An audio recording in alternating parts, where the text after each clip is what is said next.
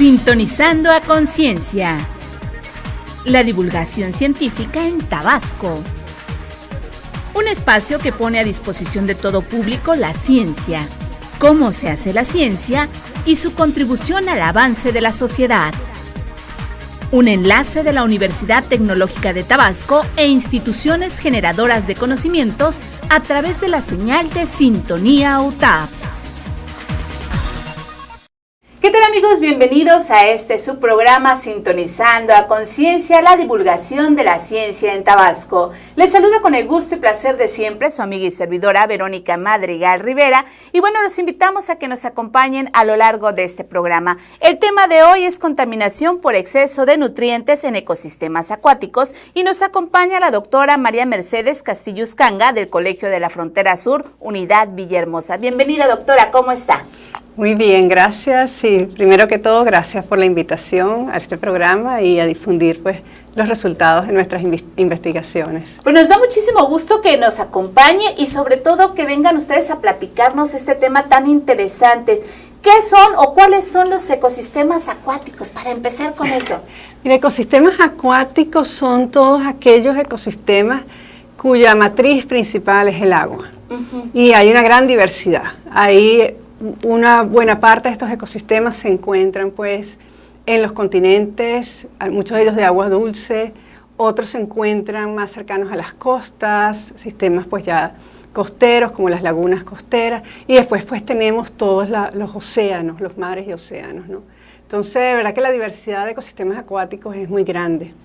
Y estos ecosistemas prestan una serie de servicios ecosistémicos a los seres humanos, ¿no? De alimentación, de suministro de agua, alojan la gran biodiversidad. Y desafortunadamente también sufren los impactos de muchas de nuestras actividades. Ya que estamos hablando de estas actividades porque impactan a los ecosistemas acuáticos, nuestro tema es contaminación por exceso de nutrientes. ¿Qué son los nutrientes? Mira, los nutrientes son elementos esenciales para la vida. Estamos hablando de nitrógeno, de fósforo, de potasio, magnesio, calcio y otra serie de elementos de los cuales depende la vida. Sin embargo, nosotros nosotros los seres humanos a través de nuestras actividades generamos exceso de estos nutrientes y los introducimos, en este caso, en los ambientes acuáticos, generando procesos de contaminación por exceso. Digamos, el nutriente en sí es parte del ecosistema. Los problemas al ecosistema acuático vienen cuando estos elementos, como especialmente nitrógeno y fósforo, están en exceso, están en cantidades mucho mayores a las que se conseguían originalmente o naturalmente. Ajá. ¿Cómo vienen esos nutrientes? ¿En qué los encontramos? ¿Cómo contaminan nuestros mantos acuíferos? Estos nutrientes pueden venir de diferentes fuentes, ¿no? Están los que llamamos fuentes puntuales, que son entradas de descargas de aguas, por ejemplo, residuales de las ciudades, de industrias, que entran por un lugar preciso, un lugar definido al ecosistema acuático. Eso es lo que llamamos fuentes puntuales. Y también tenemos las fuentes no puntuales o difusas, que entran de forma, digamos, más a veces irregular, a veces por diferentes partes del ecosistema, y eso hace que sea más difícil su control. También puede venir de la atmósfera. Entonces, las entradas de este exceso de nutrientes lo que hace es fertilizar a los ecosistemas acuáticos. Muchos de estos nutrientes, en el caso de las fuentes difusas, vienen de las actividades agrícolas, de los procesos de aplicación de fertilizantes, así como fertilizamos en los cultivos. Parte de ese exceso, parte de los nutrientes que se aplican llegan a los ecosistemas acuáticos y empiezan a fertilizar a las algas también. Entonces las algas crecen en exceso, las algas mueren, consumen el oxígeno, se afecta la calidad de agua e incluso cuando tomamos parte de esa agua para ser tratada y ser potabilizada, tiene compuestos que pueden interferir con su potabilización y pueden generar compuestos secundarios que son dañinos para la salud. Entonces este proceso pues, de fertilización de los ecosistemas acuáticos lo llamamos eutroficación y es un problema que afecta a los ecosistemas acuáticos a nivel mundial. Entonces hay diferentes formas pues, de tratar de controlarlos, ¿no? Cuando son fuentes puntuales como la entrada de aguas residuales de una ciudad, pues podemos colocar plantas de tratamiento. Y eso pues una tecnología cada vez va avanzando, pero es algo que se puede aplicar, digamos, si no fácilmente, pues la tecnología existe. Lo más difícil es controlar las descargas difusas. Entonces ahí hay que aplicar más bien mejores prácticas de uso del suelo, mejores prácticas agrícolas, controlar la entrada de fertilizantes o aplicar fertilizantes tal vez orgánicos que tengan un menor impacto. Otra forma de protegerlos a los ambientes acuáticos de estas entradas de nutrientes es colocando o conservando o restaurando lo que es la vegetación de las riberas. Ajá. La vegetación de las riberas en una laguna, en un río, va a asimilar los nutrientes que vienen por la escorrentía de los campos agrícolas. Entonces es bien importante mantener, ¿no?, esa vegetación que está en la ribera de los ríos porque los ayuda a proteger al ecosistema de la entrada de estos nutrientes y de estos efectos dañinos que puede tener. ¿Estos ecosistemas se ven afectados también por el crecimiento de la mancha urbana que al hacer casas y construcciones van talando, van deforestando los mantos acuíferos o las orillas, ¿no? A las orillas de los mantos. Sí, los procesos urbanos pues van, sobre todo cuando se llevan a cabo sin considerar el ecosistema, van afectando el ecosistema acuático de diferentes formas. Una es esta, ¿no? Ir rellenando humedales, por ejemplo, afectando todo lo que es la vegetación de la ribera. Y la otra es descargando las aguas residuales al ecosistema acuático sin tratamiento. Entonces, los desarrollos urbanos pues, pueden ir teniendo fuertes impactos, ¿no?, sobre los ecosistemas. Un ejemplo es la Laguna de las Ilusiones aquí en Villahermosa. Ese es un ejemplo claro de un proceso de eutroficación. La laguna presenta un color verde, producto pues, de ese crecimiento acelerado de las algas. Probablemente está recibiendo pues, aguas residuales de los alrededores y eso incrementa pues, la producción o el crecimiento de las algas. Y eventualmente vemos mortandades de peces asociados también a este exceso pues, de algas, a una falta de oxígeno. Entonces eso es un ejemplo típico de eutroficación en un cuerpo de agua como una laguna. En los ríos, a veces alrededor de la ciudad también los vemos que en la época de seca agarran un color verdoso. Y eso es que al haber menos flujo, al haber más nutrientes, pues empiezan a crecer las algas. Y otro problema asociado además de afectar el proceso de entrada o de exceso de nutrientes a ríos, arroyos. En arroyos lo que vemos es crecimiento de algas que parecen unos filamentos. Entonces vemos que a veces las rocas están así como cubiertas de mucho limo, de mucha alga, como parecen unos filamentos, y eso también es indicio que hay mucho nutriente, ¿no? Además de afectar a lagunas, a ríos, arroyos, ese exceso de nutrientes llega a las costas y se produce un fenómeno que se llama la hipoxia costera. Hipoxia se refiere a poco oxígeno. Entonces ese poco oxígeno en el fondo pues genera también, afecta a los organismos que viven en el fondo de esa zona costera y hay zonas de hipoxia gigantes en el mundo, ¿no? Hay una en el norte del Golfo de México, en la desembocadura del Mississippi, y está asociada a las descargas del río Mississippi, a las descargas de nitrógeno y fósforo, producto de las actividades humanas en la cuenca, principalmente actividades agropecuarias. En el Báltico, en el mar Báltico hay otra zona de hipoxia muy grande. Y aquí en Tabasco, en la desembocadura de los ríos Grijalva y Usumacinta, se ha detectado una zona de hipoxia, que pues todavía falta por estudiar cuál es su magnitud, cuándo se forma, pero sí hay estudios que indican que allí hay una zona de hipoxia. ¿Cómo se ha detectado esta zona de hipoxia? Generalmente son estudios oceanográficos que miden las concentraciones de oxígeno a diferentes profundidades, la cantidad de clorofila, que indica la cantidad de algas, y por la concentración de oxígeno pues se puede detectar pues si hay una zona de hipoxia, ¿no?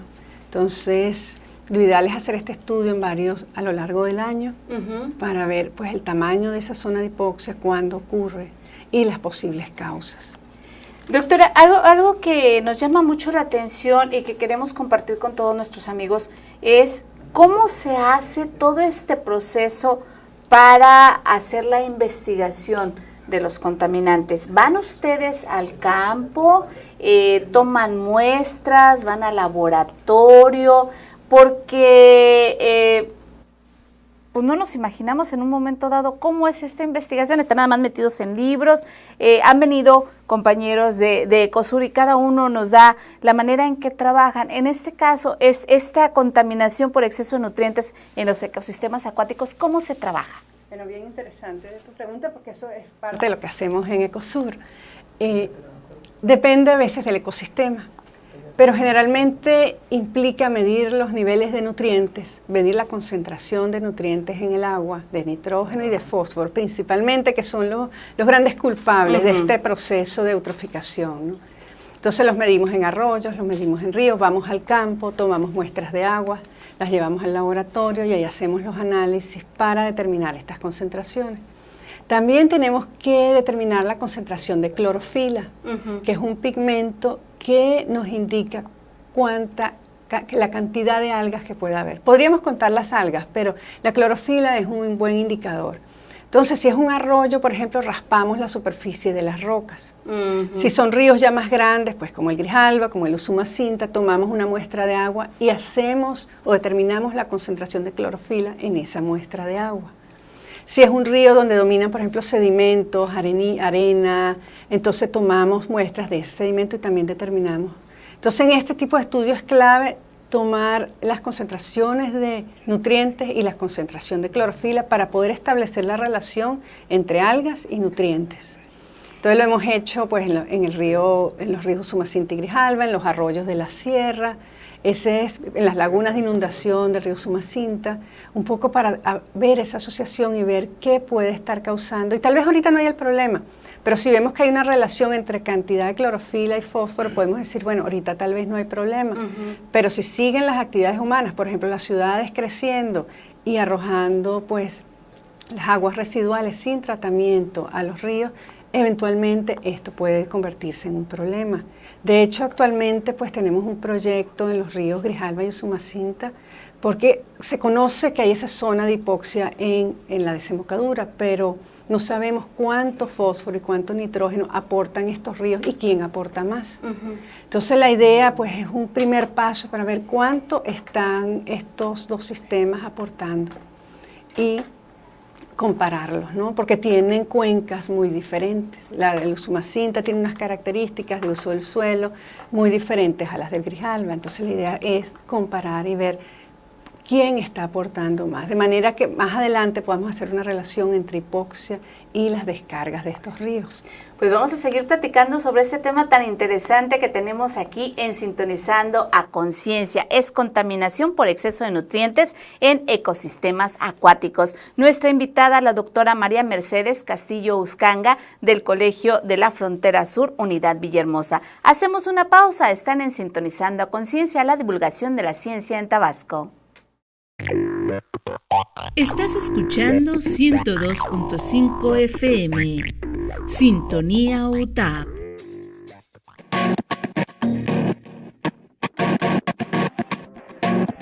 Ingeniería en gestión de proyectos. En esta carrera aprenderás a identificar oportunidades para la creación de nuevos negocios, realizar mejoras en las empresas establecidas, así como también formular planes de negocios para empresas nuevas e implementar estrategias que le permitan conseguir financiamientos para el desarrollo de nuevos proyectos. Podrás desempeñarte profesionalmente en instituciones que otorgan financiamiento a proyectos, agencias de publicidad, servicios comerciales de empresas industriales. Como profesionista independiente, con un alto sentido creativo y emprendedor.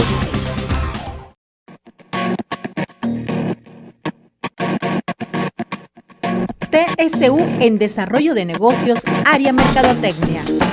En esta carrera aprenderás a realizar investigaciones de mercado, desarrollar planes estratégicos de mercadotecnia y campañas de ventas, Implementar y evaluar el desempeño de las acciones de la empresa en ventas, compras, inventarios, proyectos de comercio, promoción y publicidad, así como también detectar oportunidades de negocios nacionales e internacionales.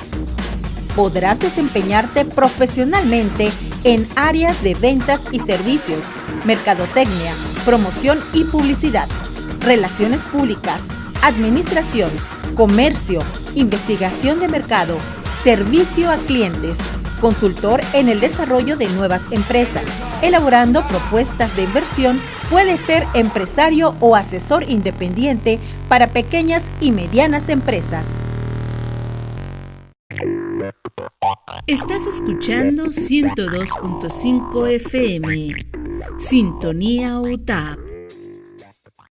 Gracias por continuar en su programa Sintonizando a Conciencia, la divulgación de la ciencia en Tabasco. Estamos platicando sobre la contaminación por exceso de nutrientes en ecosistemas acuáticos y nos acompaña la doctora María Mercedes Castillo Uscanga del Colegio de la Frontera Sur, Unidad Villahermosa. Ya hablamos sobre qué son los ecosistemas acuáticos, qué son los nutrientes, cómo se describe la contaminación por exceso de nutrientes, de dónde vienen estos, cuáles son las fuentes, posibles soluciones. Platicamos un poquitito del caso Tabasco que ocurre con Villahermosa y con las costas, y estábamos ya en la parte práctica, esa parte donde van, toman las muestras. Ya nos habló del nitrógeno, fósforo, clorofila, oxígeno, la eutrificación de las aguas.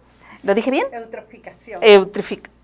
¿Cómo? Eutroficación. Eutroficación. Bueno, palabras que estamos aprendiendo cada día. Y bueno, a ver, platícanos. Nos decía que había que hay diferencias entre la cuenca de Grijalva y la cuenca del Usumacinta. ¿Cuáles son estas diferencias? Sí, bueno, la cuenca del Grijalva es más pequeña que la del Usumacinta, tiene mayores desarrollos urbanos, pues tenemos la ciudad de Villahermosa, tenemos la ciudad de Tuxtla, y el río Grijalva tiene presas, tiene represas.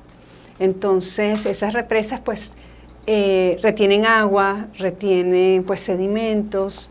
Entonces, a nivel de transporte de nutrientes puede porque no se ha estudiado como tal, presentar diferencias respecto a la cuenca del Usumacinta. La cuenca del Usumacinta es una cuenca más grande, no tiene presas, tiene zonas mejor conservadas. También en los últimos años ha experimentado pues cambios de uso del suelo, transformaciones, o sea, deforestación y conversión a agricultura, pero está mejor conservada que la cuenca del Grijalva. También la cuenca del Usumacinta, y el hecho de no tener las presas, pues hay una gran diferencia en lo que llamamos el régimen natural del caudal, o sea, la cantidad de agua que llevan estos ríos y su dinámica a lo largo del año varía, porque uno tiene unas presas que controlan esa cantidad de agua y el otro está libre. El Usumacinta pues es el río más grande de Mesoamérica, y algunos lo consideran el último río vivo de México. Es un río pues que no tiene presas y que aún está en buen estado de conservación.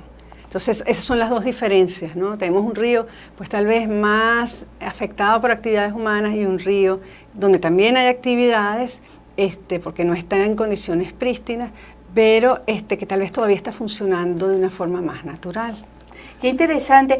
Oiga, doctora, yo tengo una duda. Cuando van ustedes a tomar sus muestras, que van a los ríos, a los arroyos, ¿cómo toman estas muestras? ¿Es una cubeta, una pipeta, un tubo de ensayo? ¿Cómo es todo ese proceso para la práctica ya de esa investigación de campo, y quiénes participan dentro de esta investigación? Bueno, gracias por la pregunta, porque bueno, algo que a mí me encanta de mi trabajo es que es muy dinámico, incluye trabajo de campo y trabajo pues de laboratorio. En el campo, pues estas muestras de agua o las de clorofila pues deben tomarse en recipientes muy limpios, que los hemos lavado de forma específica pues en el laboratorio, los llevamos limpios al campo, y estas botellas ya rotuladas pues con el nombre del sitio donde se va a colectar la muestra, y tomamos la muestra de agua. Por ejemplo, en los ríos, en el Grijalva y Usumacinta, tenemos lo que llamamos muestreadores, un equipo pues que permite tomar la muestra del agua, bien sea a lo largo pues de toda la profundidad del río o en una profundidad dada, ¿no? Entonces esa muestra de agua, una vez que está en la botella, la colocamos en una hielera, pues con hielo, porque debe estar refrigerada hasta el momento de su análisis. ¿Por qué tiene que estar refrigerada? Porque nos interesa determinar la concentración, ¿no?, de ese nutriente en un momento dado. Cuando yo refrigero la muestra, pues detengo una serie de procesos que pueden afectar esa concentración. Si yo dejo la muestra sin refrigerar y sin preservar, porque la podría dejar sin refrigerar, pero le agrego un preservante, por ejemplo ácido, ¿no? Y eso pues detiene los procesos. Ahora, si la dejo sin preservantes y sin refrigerar, pues los procesos que estaban ocurriendo allí, que sí la respiración, que sí la fotosíntesis, siguen ocurriendo, ¿no? Y me van a estar consumiendo esos nutrientes que yo quería medir en el laboratorio. Entonces, o sea, hay materia orgánica, puede descomponerse, las bacterias pueden descomponerla. Entonces, por eso yo la coloco en hielo, bajo la temperatura, tal vez de 28, 29 grados, que está, o 26 grados, que podía estar en el río, pues la bajo a 4, 5 o a 6 en una hielera, y entonces de allí, pues está más fría. Una vez en el laboratorio, pues sí, ya la filtramos, ahí terminamos de quitar si hay bacterias, si hay alguna, digamos, materia orgánica, todo eso lo quitamos y queda la muestra filtrada, y en algunos casos pues se le agrega un preservante o se congela, y se trata de procesar lo antes posible. Entonces es todo un proceso de lo que es la captación de la muestra. La debemos mantener pues en condiciones con hielo, al menos hasta que llegue al laboratorio. Y además en el campo hacemos mediciones, además de las muestras de agua, hacemos mediciones de oxígeno, de conductividad. La conductividad es la cantidad de sales que hay en el agua. Todavía tenemos equipos que nos permiten ver, bueno, cuánto oxígeno hay en el agua. ¿Y cómo hacen esas mediciones? ¿Cómo es ese equipo? Es un equipo que tiene pues un sensor que lo sumergimos pues a la profundidad donde queremos tomar la medición. Y son pues electrónicos, uno los enciende y nos da pues una vez calibrado pues nos da la medición. Entonces hay ciertas, lo que llamamos parámetros, o sea, ciertos variables como oxígeno, temperatura, la salinidad, pH, que estos equipos no los pueden dar. Hay equipos de este tipo más avanzados que incluso nos pueden dar concentración de clorofila, por ejemplo, u otras variables, ¿no? O nos pueden decir, bueno, en lo que llamamos la columna de agua, o sea, en la profundidad, a lo largo de la profundidad, cómo varían estos parámetros. Entonces, si hay una serie de equipos pues, que ayudan en este proceso, y después tomamos esa muestra de agua, se lleva al laboratorio y ahí empieza pues todo el proceso de filtrado. Hay algunas muestras, por ejemplo, para clorofila, que se filtran en el momento, porque la clorofila es muy sensible. Entonces también queremos, en el momento se filtra y también se refrigera, de manera que cuando se llega al laboratorio se procesa inmediatamente. ¿Y la clorofila, por ejemplo, cómo se identifica en el laboratorio? ¿La ven a través del microscopio? ¿Hay una tira reactiva? ¿Cómo es ese trabajo? En el laboratorio, pues nosotros seguimos lo que se llaman procesos estandarizados o técnicas estandarizadas, o sea, ya protocolos que han sido probados, entonces que sabemos que dan resultados confiables. Y en el caso de la clorofila hacemos lo que se llama una extracción. Agarramos ese filtro donde están todas las alguitas pegadas al filtro y lo colocamos en alcohol, en etanol.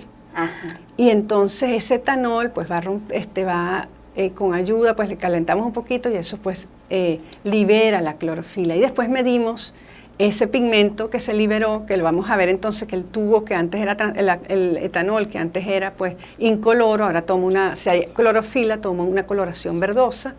Y eso lo medimos en un equipo que se llama espectrofotómetro, que nos da, pues mide la absorbancia. Y entonces con la absorbancia, que es como la cantidad pues de radiación o de luz pues que absorbe esa muestra, nos va a decir qué tanto clorofila había. Entonces muchas de estas técnicas para medir los nutrientes son colorimétricas, o sea, sí requieren una serie, por ejemplo, a veces tenemos que filtrar o a veces tenemos que hacer una extracción en un autoclave, que es como una olla de presión grande.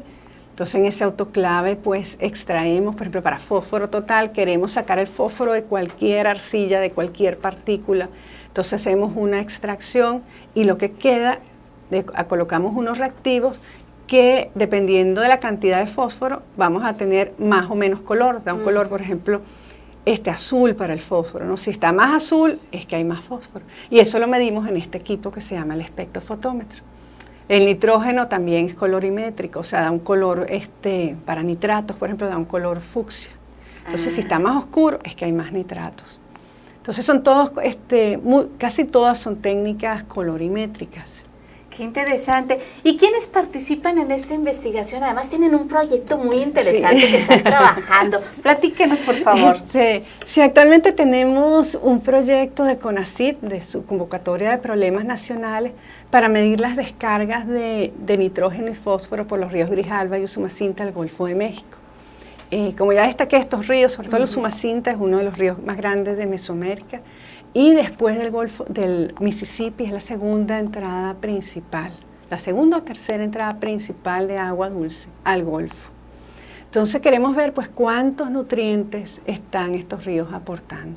Entonces estamos haciendo pues trabajo de campo mensual para determinar concentraciones de los nutrientes en los dos ríos y en varios puntos, además de las dos bocas, o como llamamos la parte ya más baja de los ríos, en otros puntos en su cuenca para ver de dónde vienen esos nutrientes y cómo varían a lo largo del año.